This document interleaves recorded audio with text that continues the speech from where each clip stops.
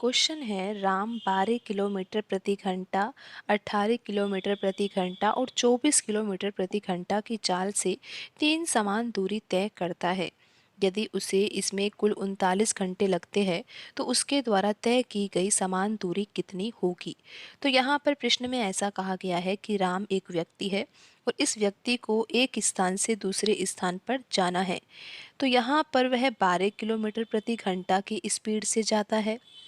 पहली बार आप ऐसा मान लीजिए कि पहली बार गया तो 12 किलोमीटर प्रति घंटा की स्पीड से गया, दूसरी बार गया तो 18 किलोमीटर प्रति घंटा की स्पीड से गया और तीसरी बार गया तो 24 किलोमीटर प्रति घंटा की स्पीड से गया।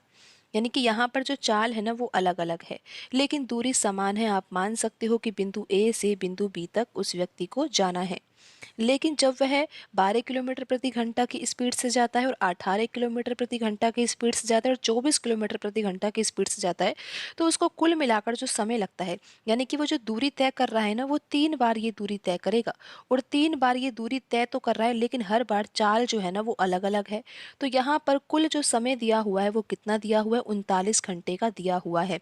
यानी कि 3 बार यही दूरी तय करेगा वो व्यक्ति, पर लेकिन चाल अलग अलग है और उसको कुल समय कितना लगता है, 39 घंटे का समय लगता है। और प्रश्न में हमें ज्ञात ये करना है कि जो बिंदु ए से बिंदु बी की दूरी है ना, यानी पर समान दूरी की बात हो रही है ना, वो समान दूरी कितनी होगी, यानी कि बिंदु ए से बिंदु बी तक की जो दूरी है वो कितनी होगी, ये हमें प्रश्न में ज्ञात करना है। तो प्रश्न में हमें दूरी ज्ञात करना है, आपको ये समझ में आ गया है। तो यहाँ पर आप 3 कंडीशन मान सकते हो ना, क्योंकि चाल यहाँ पर अलग अलग है तो हम मान सकते हैं कि यहाँ पर प्रश्न में 3 कंडीशन है। तो यहाँ पर हम सबसे पहले तो चाल का अनुपात निकालते हैं। तो पहली कंडीशन में चाल कितनी है, 12 किलोमीटर प्रति घंटा है। दूसरी कंडीशन में चाल कितनी है, 18 किलोमीटर प्रति घंटा है। और तीसरी कंडीशन में चाल कितनी है, 24 किलोमीटर प्रति घंटा है। तो यहाँ पर अब हम चाल का अनुपात निकालते हैं। तो यहाँ पर ये तीनों संख्याएं ही 6 के पहाड़े से कट जाएगी और यहाँ पर चाल का जो अनुपात है वो कितना आएगा, 2:3:4 आ जाएगा। तो यहाँ पर हम लिख लेते हैं कि चाल का अनुपात कितना आएगा, 2:3:4। तो आपको अब ये पता है कि यहाँ पर दूरी तो समान है, चाहे वह व्यक्ति 12 किलोमीटर प्रति घंटा की स्पीड से जाए, 18 किलोमीटर प्रति घंटा की स्पीड से जाए, चाहे वह 24 किलोमीटर प्रति घंटा की स्पीड से जाए। तीनों स्थितियों में चाल जो है ना वो तो अलग अलग है, लेकिन यहाँ पर दूरी समान है। लेकिन चाल अलग अलग है और दूरी समान है तो समय भी यहाँ पर अलग ही होगा। लेकिन यहाँ पर अगर प्रश्न में दूरी यहाँ पर समान दी हुई है तीनों कंडीशन के लिए, तो यहाँ पर हम तीनों कंडीशन का समय का अनुपात निकाल सकते हैं, क्योंकि हमें यहाँ पर चाल का अनुपात पता है। तो आपको पता होना चाहिए कि जब चाल का अनुपात यहाँ पर 2:3:4 है, तो समय का अनुपात हमें कैसे निकालना है, चाल के अनुपात का हमें उल्टा लिखना है। जैसा कि यहाँ पर चाल का अनुपात 2 है ना, तो समय का अनुपात हो जाएगा 1/2।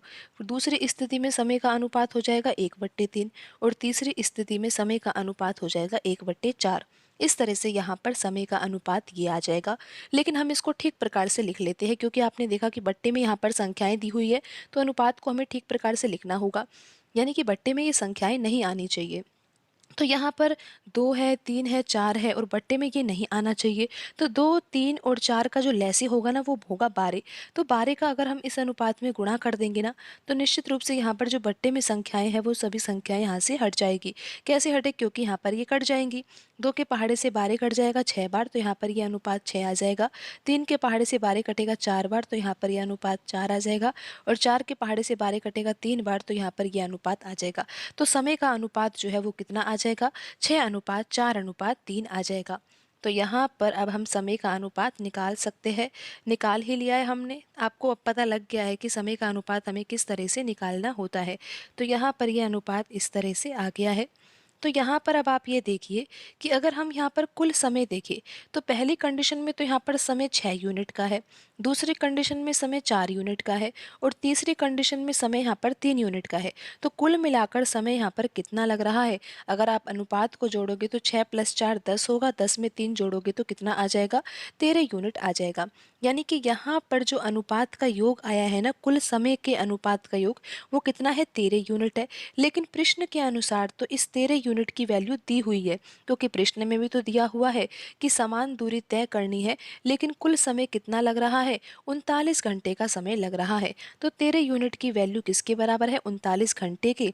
और 1 यूनिट की वैल्यू किसके बराबर आ जाएगी? 3 घंटे के बराबर आ जाएगी। तो यहाँ पर अब आपको ये समझ में आ जाना चाहिए कि यहाँ पर 1 यूनिट किसके बराबर है? 3 घंटे के बराबर है। और आपको पता होना चाहिए कि पहली कंडीशन जिसमें 12 किलोमीटर प्रति घंटा की स्पीड है, उस स्थिति में जो समय है ना वो कितना लग रहा है? 6 यूनिट समय लग रहा है। अनुपात से आप देख सकते हो, जब हमें ये पता है कि 1 यूनिट बराबर 3 घंटे है ना, तो यहाँ पर अब हम ये पता लगा सकते हैं अनुपात से कि पहली स्थिति में समय कितना लगेगा, दूसरी स्थिति यानी कि जब चाल 18 किलोमीटर प्रति घंटा है तो उस स्थिति में समय कितना लगेगा, यानी कि 4 यूनिट लगेगा। और यहाँ पर तीसरी स्थिति जिसमें जो चाल है वो 24 किलोमीटर प्रति घंटा है और समय कितना है? 3 यूनिट। तो यहाँ पर हम 3 यूनिट की वैल्यू भी ज्ञात कर सकते हैं। जब हमें ये पता लग गया है कि 1 यूनिट यहाँ पर किसके बराबर है? 3 घंटे के बराबर है, तो अब हम यहाँ पर समय ज्ञात कर सकते हैं।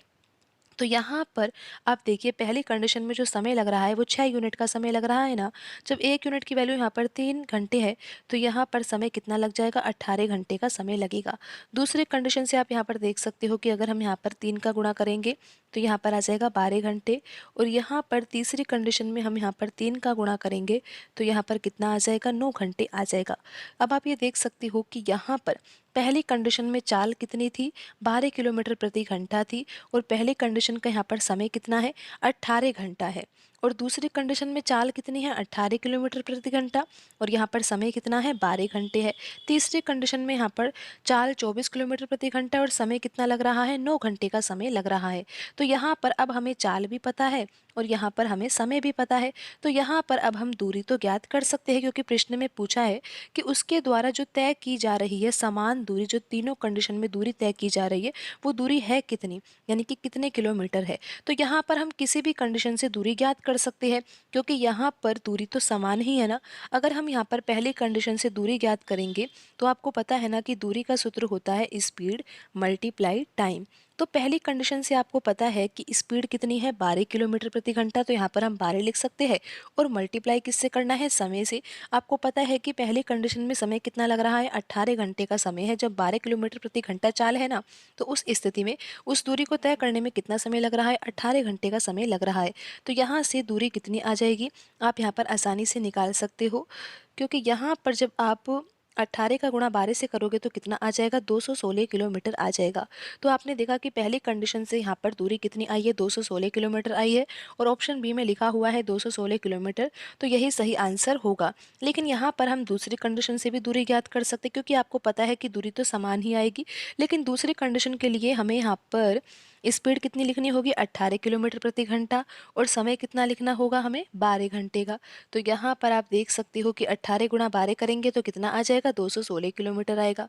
चाहे हम यहाँ पर तीसरी कंडीशन से भी ज्ञात करें तो भी दूरी यहाँ पर कितनी आएगी? 216 किलोमीटर ही आएगी, क्योंकि तीनों कंडीशन के लिए दूरी यहाँ पर समान ही है। तो तीसरी कंडीशन में आप देख सकते हो कि 24 किलोमीटर प्रति घंटा स्पीड है और समय कितना लग रहा है? 9 घंटे का समय लग रहा है। तो यहाँ से भी आप देख सकते हो कि दूरी तो यहाँ पर कितनी आएगी? 216 किलोमीटर आएगी। आप देख सकते हो कि यहाँ पर जो ऑप्शन बी है ना, उसमें 216 किलोमीटर लिखा हुआ है। और प्रश्न में यही पूछा गया था कि जो समान दूरी तय की जा रही है वो दूरी है कितनी किलोमीटर? तो 216 किलोमीटर है। ऑप्शन बी यहाँ पर सही आंसर होगा। क्वेश्चन है, एक व्यक्ति 16 किलोमीटर प्रति घंटा, 12 किलोमीटर प्रति घंटा और 20 किलोमीटर प्रति घंटा की चाल से 3 समान दूरी तय करता है। यानी कि चाल तो यहाँ पर अलग अलग है, लेकिन दूरी कैसे तय करनी है? समान दूरी तय करनी है। लेकिन यहाँ पर प्रश्न में कहा गया है कि उसे इसमें कुल 94 घंटे लगते हैं।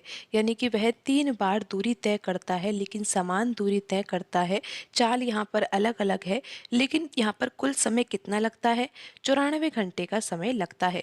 अब प्रश्न में पूछा ये गया है कि उसके द्वारा तय की गई समान दूरी कितनी होगी। तो आप इस तरह से समझ लीजिए कि एक व्यक्ति है और उसको बिंदु ए से बिंदु बी तक जाना है।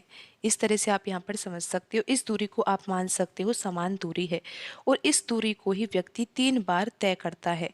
पहली पहली कंडीशन ये है कि जब उसकी चाल होती है 16 किलोमीटर प्रति घंटा, तब वह व्यक्ति बिंदु ए से बिंदु बी तक ही जाता है। दूसरी कंडीशन यहाँ पर है कि जब चाल कितनी है 12 किलोमीटर प्रति घंटा, तब भी वह व्यक्ति बिंदु ए से बिंदु बी की ओर ही जा रहा है और बी तक जा रहा है। और तीसरी कंडीशन ये है कि जब चाल उसकी कितनी है 20 किलोमीटर प्रति घंटा है, लेकिन उस स्थिति में भी वह व्यक्ति बिंदु ए से बिंदु बी तक ही जा रहा है। यानी कि 3 कंडीशन आप यहाँ पर समझ सकते हो। तीनों कंडीशन में आप ये समझो कि यहाँ पर चाल क्या है, अलग अलग है, लेकिन दूरी जो है वो समान तय करनी है। लेकिन यहाँ पर जो दूरी तय की जाएगी वो कुल मिलाकर 3 बार यही समान दूरी तय की जाएगी। और ये समान दूरी तय करने में कुल मिलाकर समय कितना लगेगा, 94 घंटे का समय लगेगा। इस तरह से आपको यहाँ पर प्रश्न में समझना है। और प्रश्न में पूछा ये गया है कि उसके द्वारा तय की गई समान दूरी कितनी है, यानी कि हमें यहाँ पर ये ज्ञात करना है बिंदु ए से बिंदु बी तक की दूरी कितनी है। इस तरह से यहाँ पर हमें प्रश्न में ज्ञात करना है। अब आप ये तो समझ गए हो कि प्रश्न में हम 3 कंडीशन मान रहे हैं, क्योंकि यहाँ पर चाल जो है वो 3 दी हुई है। जैसा कि आप यहाँ पर समझ रहे हो कि यहाँ पर पहली चाल ये है कि 16 किलोमीटर प्रति घंटा है। तो यहाँ पर हम सबसे पहले तो चाल के बीच में अनुपात ज्ञात करते हैं। तो पहली कंडीशन से जो चाल है वो 16 किलोमीटर प्रति घंटा है। दूसरी कंडीशन से जो चाल है यहाँ पर वो कितनी है 12 किलोमीटर प्रति घंटा। और तीसरी कंडीशन से यहाँ पर चाल जो दी हुई है वो 20 किलोमीटर प्रति घंटा दी हुई है। तो यहाँ पर हम चाल के बीच में अनुपात तो ज्ञात कर ही सकते हैं। यहाँ पर हम 4 के पहाड़े से ये तीनों संख्याएं काट सकते हैं।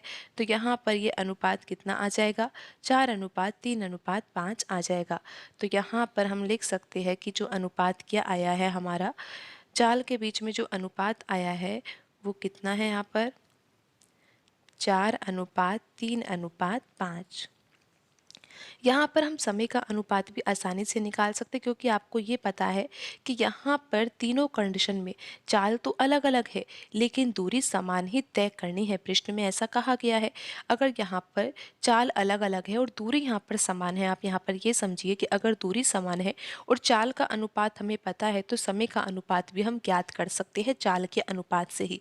लेकिन इसके लिए करना क्या होता है, चाल के अनुपात को उल्टा लिख देना होता है। जैसा कि 4 लिखा हुआ है, तो समय के अनुपात में हम यहाँ पर लिखेंगे 1/4, क्योंकि चाल के अनुपात को उल्टा करना है। 3 लिखा हुआ है तो यहाँ पर हम लिखेंगे 1/3। और 5 लिखा हुआ है तो हम लिखेंगे यहाँ पर 1/5। तो इस तरह से यहाँ पर हम समय का अनुपात भी लिख सकते हैं। लेकिन आपको पता होगा कि अनुपात कभी भिन्न रूप में नहीं होता है, यानी कि हम भिन्न रूप में अनुपात को नहीं लिखते। जैसा कि यहाँ पर बट्टे में 4 है, 3 है, 5 है, ये बट्टे में नहीं आना चाहिए। हम अनुपात को ठीक प्रकार से लिख सकते हैं। लेकिन इसके लिए हमें क्या करना चाहिए, यहाँ पर जो बट्टे में 4 है, 3 है, 5 है, इन तीनों संख्याओं का लैसे क्या होगा, ये आपको पता है कि तीनों संख्याओं का लैसे होगा 60। तो यहाँ पर इस अनुपात में हम 60 का गुणा कर देते हैं और देखते हैं कि फिर यहाँ पर अनुपात क्या आएगा। क्योंकि जब हम 60 का गुणा करेंगे, 60 का गुणा इसीलिए कर रहे हैं जिससे कि यहाँ पर आप देखोगे कि 4 से यहाँ पर 60 कट जाएगा कितनी बार, 15 बार। 3 से यहाँ पर 60 कटेगा 20 बार। और 5 से यहाँ पर 60 कट जाएगा 12 बार। और यहाँ पर ये नया अनुपात क्या आ जाएगा, 15:20:12। तो इस तरह से यहाँ पर हम लिख लेते हैं कि जो समय का अनुपात आएगा वो क्या आएगा, 15:20:12। तो यहाँ पर हमने अब समय का अनुपात भी निकाल लिया है, जो कि कितना आया है, 15:20:12। इस तरह से यहाँ पर हमने चाल के अनुपात से समय का अनुपात निकाल लिया और बिल्कुल आसान तरीके से निकाला है।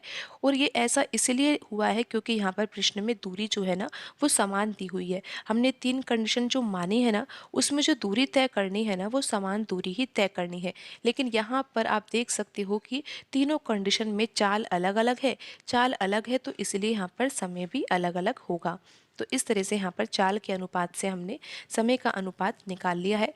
अब आपको पता है कि पहली कंडीशन, दूसरी कंडीशन, तीसरी कंडीशन। पहली कंडीशन में समय कितना लग रहा है, 15 यूनिट का। दूसरी कंडीशन से अगर वही दूरी तय की जाती है तो समय कितना लगता है, 20 यूनिट का लगता है। और तीसरी कंडीशन से भी दूरी तो वही तय की जा रही है, लेकिन समय कितना लग रहा है, 12 घंटे का समय लग रहा है, या फिर आप ऐसा समझिए 12 यूनिट का समय लग रहा है। तो कुल मिलाकर यहाँ पर अगर हम अनुपात का योग करें तो हमें अनुपात से ये पता लग जाएगा कि कुल समय कितना लगेगा अनुपात से। यानी कि 15 + 20 कितना होगा, 35 होगा। 35 में 12 जोड़ेंगे तो कितना आ जाएगा, 47 यूनिट आ जाएगा। तो आप इस तरह से समझिए कि यहाँ पर दूरी जो तय की गई है ना, उस दूरी को तय करने में यानी कि 3 बार दूरी तय की गई है, क्योंकि 3 कंडीशन है। तो यहाँ पर जो समय है वो भी अलग अलग लगा है, लेकिन जो कुल समय हमने यहाँ पर निकाला है अनुपात से, वो कितना आया है, 47 यूनिट आया है। और यहाँ पर हमने कुल समय इसलिए निकाला है क्योंकि प्रश्न में आप देख सकते हो कि कुल समय दिया हुआ है, और वो कितना दिया हुआ है, 94 घंटे दिया हुआ है। तो यहाँ पर अब हम तुलना कर सकते हैं ना कि जो अनुपातों का योग है, यानी कि अनुपातों का योग किया तो इससे हमें पता लगा कि कुल समय कितना लग रहा है अनुपात के अनुसार। लेकिन प्रश्न के अनुसार ये वैल्यू दी हुई है, जो कि किसके बराबर है, 94 घंटे के बराबर है। यहाँ से हम 1 यूनिट की वैल्यू तो आसानी से निकाल सकते हैं। 1 यूनिट बराबर कितना आ जाएगा, जब 94 में हम 47 से भाग देंगे तो यहाँ पर 1 यूनिट की वैल्यू आ जाएगी 2 घंटे के बराबर। तो यहाँ पर आपको ये समझ में आ गया कि 1 यूनिट की वैल्यू किसके बराबर है, 2 घंटे के बराबर है। तो यहाँ पर अब आप ये समझिए कि जब 1 यूनिट बराबर 2 घंटे है, तो यहाँ पर पहली कंडीशन से समय कितना लग रहा है, 15 यूनिट का समय लग रहा है। तो पहली कंडीशन में जो समय लगेगा ना, वो कितना लगेगा, क्योंकि 1 यूनिट बराबर 2 घंटे है, तो 15 यूनिट की वैल्यू होगी 30 घंटे की। तो यहाँ पर आपको ये समझना है कि अगर पहली कंडीशन यानी कि अगर हम दूरी को जो तय करते हैं वो 16 किलोमीटर प्रति घंटा की स्पीड से करते हैं ना, तो वह दूरी कितने समय में तय होगी, 30 घंटे में तय होगी। दूसरी कंडीशन से भी यहाँ पर हम दूरी ज्ञात कर सकते हैं, क्योंकि आप यहाँ पर देखिए दूरी कैसे ज्ञात करेंगे, क्योंकि यहाँ पर हम पहले तो समय ही ज्ञात करेंगे। जैसा कि दूसरी कंडीशन में समय कितना है, 20 यूनिट है। तो 20 यूनिट अगर समय यहाँ पर है, तो 1 यूनिट की वैल्यू तो 2 घंटे है, तो यहाँ पर समय कितना लगेगा, 40 घंटे का समय लगेगा। और यहाँ पर तीसरी कंडीशन से भी हम समय ज्ञात कर सकते हैं, क्योंकि यहाँ पर 12 यूनिट का समय लग रहा है, तो 12 में 2 का गुणा करेंगे तो समय यहाँ पर आ जाएगा 24 घंटे का। तो अब आप ये तो समझ गए कि तीनों कंडीशन की यहाँ पर चाल तो प्रश्न में दी हुई थी, लेकिन यहाँ पर जो ये समय का डाटा दिया हुआ था, कुल समय का 94 घंटे, इसकी सहायता से हमने यहाँ पर ये पता लगा लिया कि तीनों कंडीशन जो थी, जिनमें दूरी तो समान तय की जा रही थी, लेकिन उनमें समय कितना कितना लग रहा था, वो हमने ज्ञात कर लिया है। आपने यहाँ पर समझा कि पहली कंडीशन से अगर दूरी तय की जाती है, यानी कि अगर चाल 16 किलोमीटर प्रति घंटा होती है, तो उस स्थिति में समय जो है वो 30 घंटे का लगता है। दूसरी कंडीशन यानी कि जब चाल होती है 12 किलोमीटर प्रति घंटा, जब चाल कितनी होती है, 12 किलोमीटर प्रति घंटा, पहली कंडीशन से चाल कितनी है, 16 किलोमीटर प्रति घंटा, तो समय कितना लगता है, आप देखिए दूसरी कंडीशन से समय कितना लग रहा है, 40 घंटे का समय लग रहा है। तीसरी कंडीशन में यहाँ पर चाल जो है वो 20 किलोमीटर प्रति घंटा दी हुई है, तो उस स्थिति में समय कितना लग रहा है, 24 घंटे का समय लग रहा है। लेकिन प्रश्न में ज्ञात क्या करना है, प्रश्न में ज्ञात ये करना है कि उसके द्वारा तय की गई समान दूरी कितनी है। तो यहाँ पर प्रश्न में हमें ज्ञात ये करना है कि दूरी कितनी है।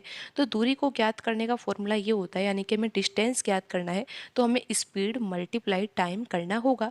तो हम तीनों कंडीशन से यानी कि किसी भी कंडीशन से हम दूरी ज्ञात कर सकते हैं, क्योंकि तीनों कंडीशन से दूरी समान ही आएगी। यहाँ पर आप देखिए, अगर हम पहली कंडीशन से दूरी ज्ञात करते हैं तो कितना आएगा, आपको पता है कि पहली कंडीशन में जो चाल है वो कितनी है, चाल है 16 किलोमीटर प्रति घंटा, तो यहाँ पर हम 16 लिख देंगे। और आपको ये भी तो पता है कि पहली कंडीशन से समय कितना लग रहा है, 30 घंटे का समय लग रहा है, तो यहाँ पर हम 30 से गुणा कर देंगे। तो यहाँ पर डिस्टेंस कितना आ जाएगा, आप देख सकते हो 16 गुणा 30 करेंगे तो यहाँ पर आ जाएगा 480 किलोमीटर।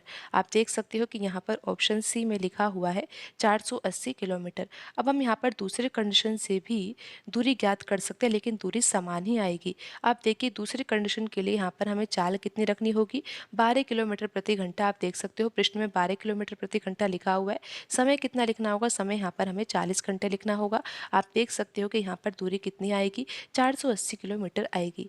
तो इस तरह से आप यहाँ पर देख सकते हो कि हम किसी भी कंडीशन से अगर दूरी ज्ञात करते दूरी समान ही आएगी, क्योंकि हमने दूरी को समान ही तो माना है, दूरी को समान मानकर ही तो प्रश्न को हल किया है। और प्रश्न में भी यही कहा गया था कि 3 समान दूरी तय करनी है। तो यहाँ पर आपने देखा चाल अलग है, समय अलग है, लेकिन दूरी क्या थी, समान है।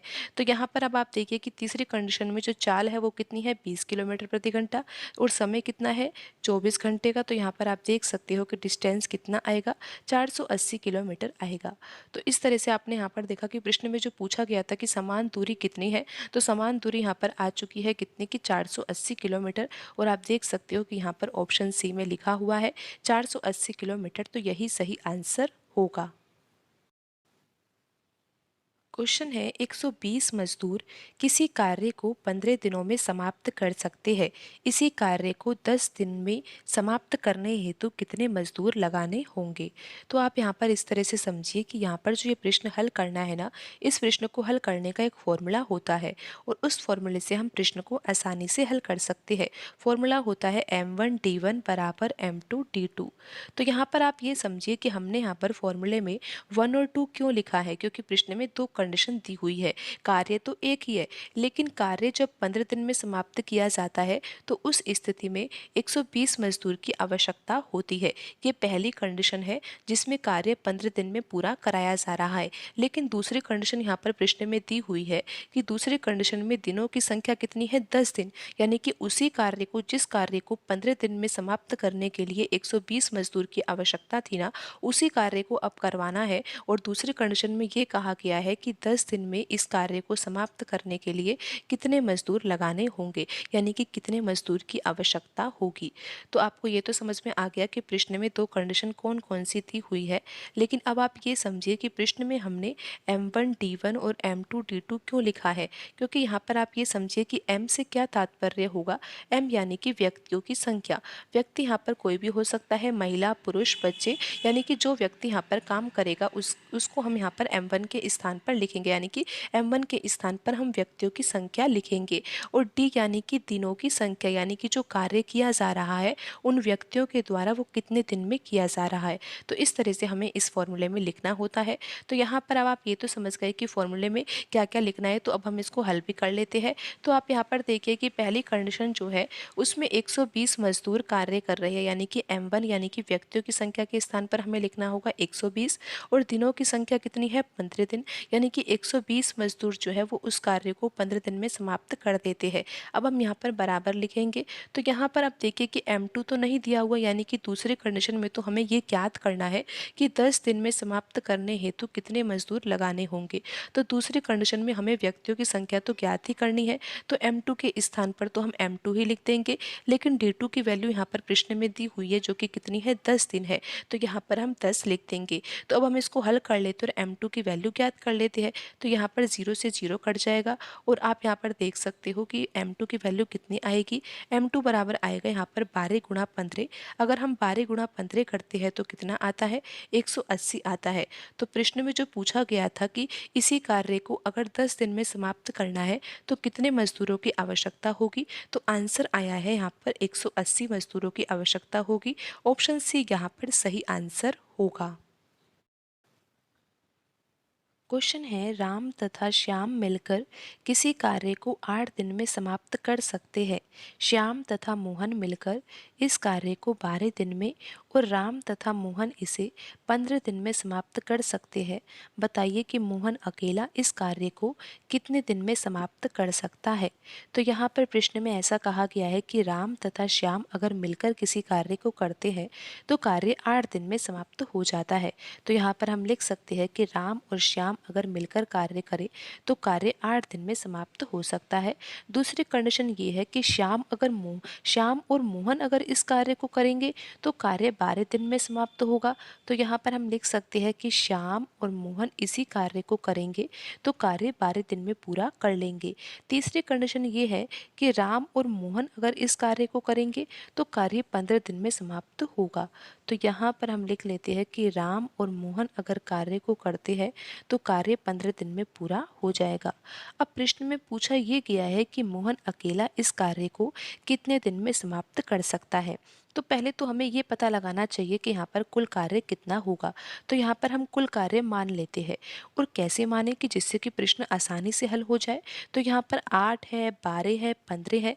अगर इन्हीं तीनों संख्याओं का हम लहज़े ले लेंगे तो यहाँ पर एक संख्या आएगी जो उसी संख्या को हम मान लेंगे कि कुल कार्य वही है। तो 8, 12 और 15 का लहज़े कितना होगा? 120 होगा।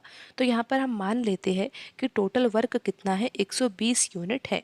तो अब हम यहाँ पर इनकी कार्य क्षमता को निकालते हैं, क्योंकि कार्य क्षमता से हमें ये पता लगता है कि ये एक दिन में कितना कार्य कर सकते हैं। जैसा कि आप यहाँ पर ये देखिए कि प्रश्न में ऐसा कहा गया है कि राम और श्याम अगर मिलकर कार्य करते हैं तो कार्य 8 दिन में पूरा कर लेते हैं। और कार्य है कितना? 120 यूनिट कार्य है, क्योंकि कुल कार्य तो हमने यहाँ पर मान ही लिया है। तो कुल कार्य यहाँ पर 120 यूनिट है। और 120 यूनिट कार्य को करने में राम और श्याम को मिलकर कितना समय लगता है? 8 दिन का समय लगता है। तो यहाँ पर हम ये पता लगा सकते हैं कि राम और श्याम अगर मिलकर कार्य करते हैं तो वो एक दिन में कितना कार्य करते होंगे, क्योंकि 120 यूनिट कुल कार्य है और 120 यूनिट कार्य को करने में 8 दिन का समय लग रहा है। तो यहाँ पर हम पता लगा सकते हैं कि ये एक दिन में कितना कार्य करते होंगे, क्योंकि 120 में हम यहाँ पर 8 से भाग दे देंगे। तो यहाँ पर कितना आ जाएगा? यहाँ पर आ जाएगा 15 यूनिट।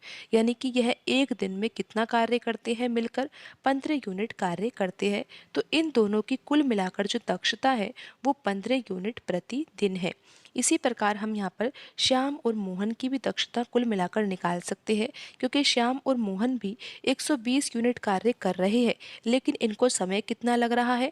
12 दिन का समय लग रहा है। तो ये एक दिन में कितना कार्य करते होंगे? तो 120 में हम 12 से भाग देंगे, जिससे कि पता लगेगा कि एक दिन में इनका कार्य कितना है? 10 यूनिट कार्य है। तो एक दिन में ये कितना कार्य करते हैं? कुल मिलाकर 10 यूनिट कार्य कर लेते हैं। तो इनकी जो कार्य क्षमता है वो कितनी है? 10 यूनिट प्रति दिन।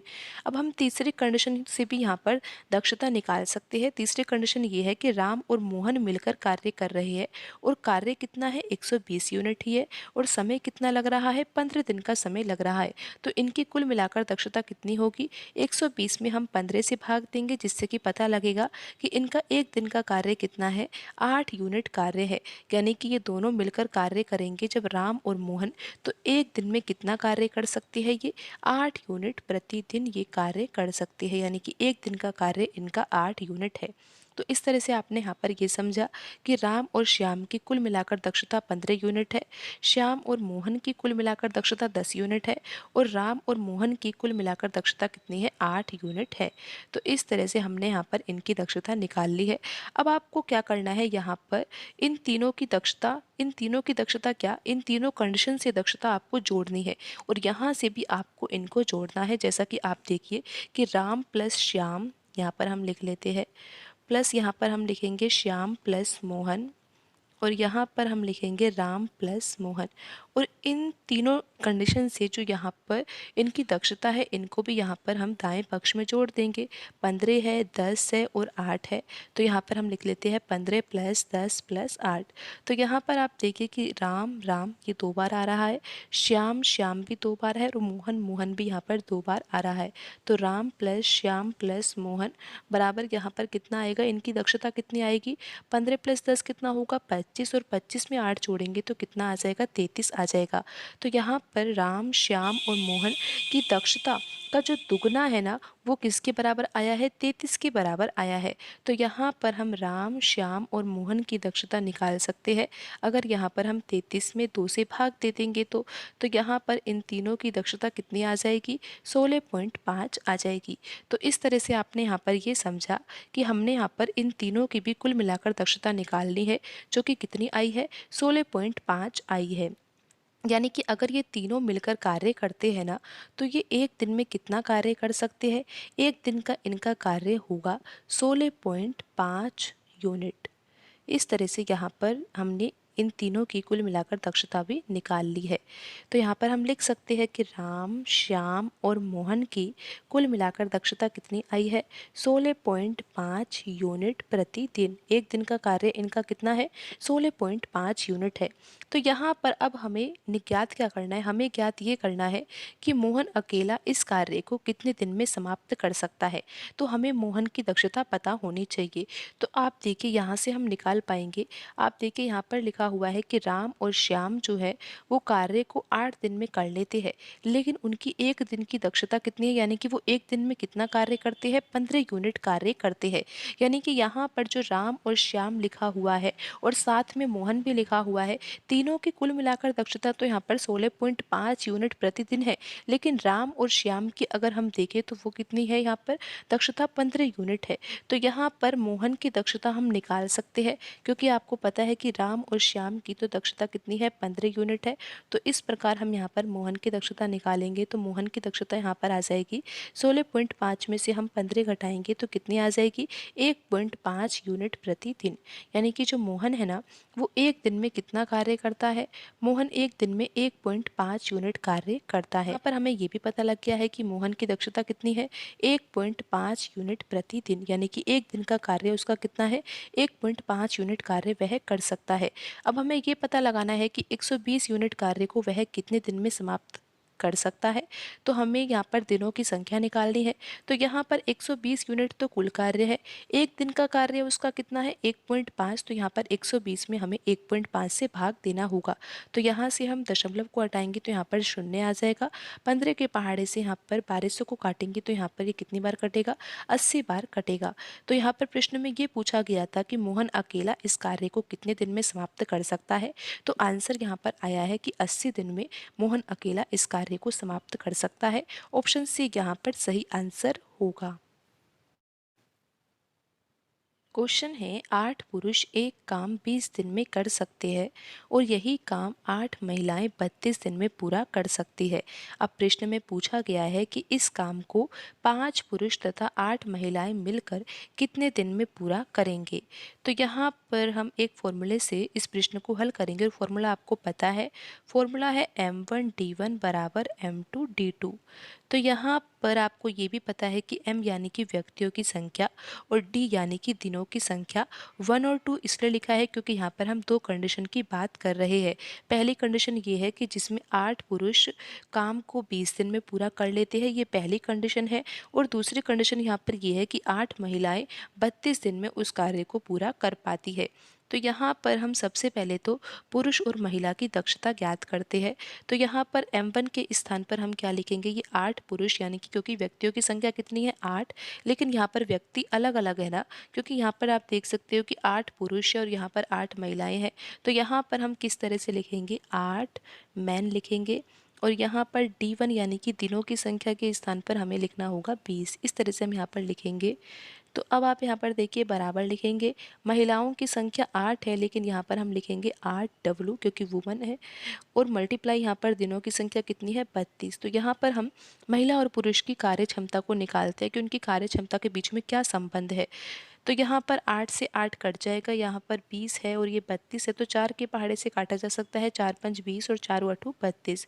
तो यहाँ पर आ जाएगा 5m बराबर 8W और फिर यहाँ से हम m बट्टा W निकालेंगे तो कितना आ जाएगा? ये 8/5 आ जाएगा। आप इस तरह से समझिए कि अगर यहाँ पर पुरुष जो है वो एक दिन में 8 यूनिट कार्य करता है, तो महिला की जो दक्षता है वो क्या है? एक दिन में 5 यूनिट कार्य करने की है। इस तरह से यहाँ पर हमने महिला और पुरुष की दक्षता ज्ञात कर ली है। तो यहाँ पर आपको ये तो समझ में आ गया कि महिला और पुरुष की दक्षता कितनी आई है। महिला और पुरुष की दक्षता यहाँ पर कितनी आई है? यहाँ पर हम लिख सकते हैं कि m/W कितना आया है? 8/5 आया है। यानी कि जो महिला है वो तो 5 यूनिट कार्य करती है एक दिन में, और पुरुष जो है वो एक दिन में 8 यूनिट कार्य कर सकता है। तो इस तरह से यहाँ पर हमने सबसे पहले तो दक्षता ज्ञात कर ली है। लेकिन अब हम यहाँ पर कुल कार्य ज्ञात करेंगे। तो कुल कार्य तो हम किसी भी कंडीशन से ज्ञात कर सकते हैं। जैसा कि हमें पता है कि दो कंडीशन कौन कौन सी है? एक कंडीशन m1d1 की है और दूसरी कंडीशन m2d2 की है। तो कार्य तो हम किसी भी कंडीशन से ज्ञात कर सकते हैं, क्योंकि कार्य तो इन दोनों के द्वारा समान ही किया जा रहा है। और आप ये भी देखो कि कार्य किस तरह से यहाँ पर दोनों कंडीशन से समान आता है। आपको पता है कि पहली कंडीशन जो है ना, उसमें व्यक्तियों की संख्या कितनी है, 8 है, लेकिन ये जो 8 व्यक्ति है ना, ये पुरुष है, तो यहाँ पर हम m लिखेंगे। और दिनों की संख्या कितनी है, 20, तो यहाँ पर हम पहली कंडीशन से कुल कार्य ज्ञात करते हैं। अब आपको पता है कि जो पुरुष है वो कार्य तो कर रहे हैं, लेकिन एक दिन का कार्य उनका कितना है, 8 यूनिट कार्य करने का है। क्योंकि दक्षता से हमें यही पता लगता है कि एक दिन में ये कितना कार्य कर सकते हैं। तो m के स्थान पर अब हमें 8 लिखना होगा और मल्टीप्लाई तो यहाँ पर हम 20 से ही करेंगे। तो अब आप देख सकते हो कि कार्य कितना आएगा, पर कुल कार्य कितना आएगा, 1280 आएगा। अब दूसरी कंडीशन यहाँ पर m2 के स्थान पर हमें लिखना होगा 8 महिला यानी कि 8 वुमन, और d2 के स्थान पर हमें लिखना होगा 32 दिन, क्योंकि दिनों की संख्या 32 है तो 8 के स्थान पर 8। लेकिन अब आपको पता है कि कार्य क्षमता कितनी है, 5, तो यहाँ पर हम 5 लिखेंगे और मल्टीप्लाई यहाँ पर हम 32 करेंगे। अब आप देखिए कि 8 का गुणा 5 से करेंगे तो कितना आएगा, यहाँ पर 40 आएगा, और 40 गुणा अगर आप 32 करोगे तो कितना आएगा, 1280 आएगा। तो इस तरह से आपको ये पता लग गया है कि कुल कार्य तो यहाँ पर आप किसी भी कंडीशन से ज्ञात करोगे ना तो समान ही आएगा। तो कार्य भी हमें पता लग गया है कि कितना है, 1280 है। अब हम यहाँ पर प्रश्न को हल करते हैं। आपको ये पता है कि यहाँ पर m/w कितना है, 8/5, और आपने यहाँ पर कुल कार्य भी ज्ञात कर लिया है जो कि कितना है, टोटल वर्क यहाँ पर हम लिख सकते हैं कि कार्य कितना है, 1280 यूनिट है। तो यहाँ पर अब हम प्रश्न को हल करते हैं। वैसे कार्य अगर हम ना भी निकालते तो भी हम दोनों कंडीशन से, या फिर जैसा कि आप देखिए कि अब प्रश्न में यहाँ पर तीसरी कंडीशन दी हुई, कार्य अब पूरा किसको करना है, 5 पुरुष और 8 महिलाओं को मिलकर करना है। तो यहाँ पर हम ऐसा कर सकते हैं कि यहाँ पर m1 और यहाँ पर d1, ये तो पहली कंडीशन हम ले लेते हैं, और यहाँ पर तीसरी कंडीशन ये है कि 5 पुरुष और 8 महिलाओं की, तो इस कंडीशन को हम यहाँ पर मान लेते हैं तीसरी कंडीशन। तो इस तरह से भी हम यहाँ पर कर सकते हैं, या फिर हम दूसरी कंडीशन से भी प्रश्न को हल कर सकते हैं, यानी कि m1 d1 के स्थान पर हम m2 d2 भी रख सकते हैं। लेकिन आपको ये तो पता है ना कि दोनों कंडीशन से जो वैल्यू है ना वो समान ही आएगी, और कितनी आई थी, 1280 आई थी। तो इस तरह से आप यहाँ पर ये समझ सकते हो। तो यहाँ पर अब आप देखिए कि m1 के स्थान पर हमें क्या लिखना होगा, m1 के स्थान पर तो हम लिखेंगे 8 पुरुष यानी कि 8 मैन, मल्टीप्लाई दिनों की संख्या यानी कि 20, फिर यहाँ पर बराबर का चिन्ह। m3 के स्थान पर आप देखिए तीसरी कंडीशन में व्यक्तियों की संख्या कितनी है, केवल संख्या नहीं लिखना, हमें ये भी लिखना होगा कि महिला है, पुरुष है, क्या है। तो यहाँ पर 5 तो क्या है, मैन है, और 8 क्या है, महिलाएं हैं। तो इस तरह से लिखेंगे। और दिनों की संख्या तो हमें ज्ञात ही करनी है कि कितने दिन में ये कार्य को पूरा कर पाएंगे, तो 8 लिखेंगे। अब आप देखिए पुरुष की जो कार्य क्षमता है वो कितनी है, 8, तो यहाँ पर हमें 8 लिखना होगा और मल्टीप्लाई हम 20 से करेंगे, बराबर। अब आप देखिए 5 लिखेंगे, यहाँ पर पुरुष की कार्य क्षमता 8 है, फिर 8 लिखेंगे, यहाँ पर महिला की कार्य क्षमता यहाँ पर 5 है, तो यहाँ पर हम 5 लिखेंगे और मल्टीप्लाई हम यहाँ पर d3 करेंगे। अब देखिए कि यहाँ पर 8 गुणा 8 गुणा 20 है, और यहाँ पर हम हल कर लेते हैं।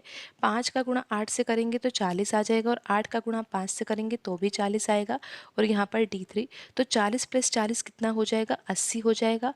तो यहाँ पर हम लिख सकते हैं कि यहाँ पर कितना आएगा, 80 गुणा d3 आएगा। तो यहाँ पर अब हम काट भी सकते हैं, 0 से 0 कट जाएगा, 8 से 8 कट जाएगा, तो यहाँ पर 8 गुणा 2 कितना हो जाएगा, 16 हो जाएगा, और d3 बराबर कितना आ जाएगा, यहाँ पर 16 आ जाएगा। तो यहाँ पर प्रश्न में पूछा ये गया था कि 5 पुरुष और 8 महिलाएं मिलकर अगर कार्य करेंगे ना तो कार्य कितने दिन में पूरा होगा, 16 दिन में कार्य पूरा होगा, और यहाँ पर ऑप्शन ए सही आंसर होगा।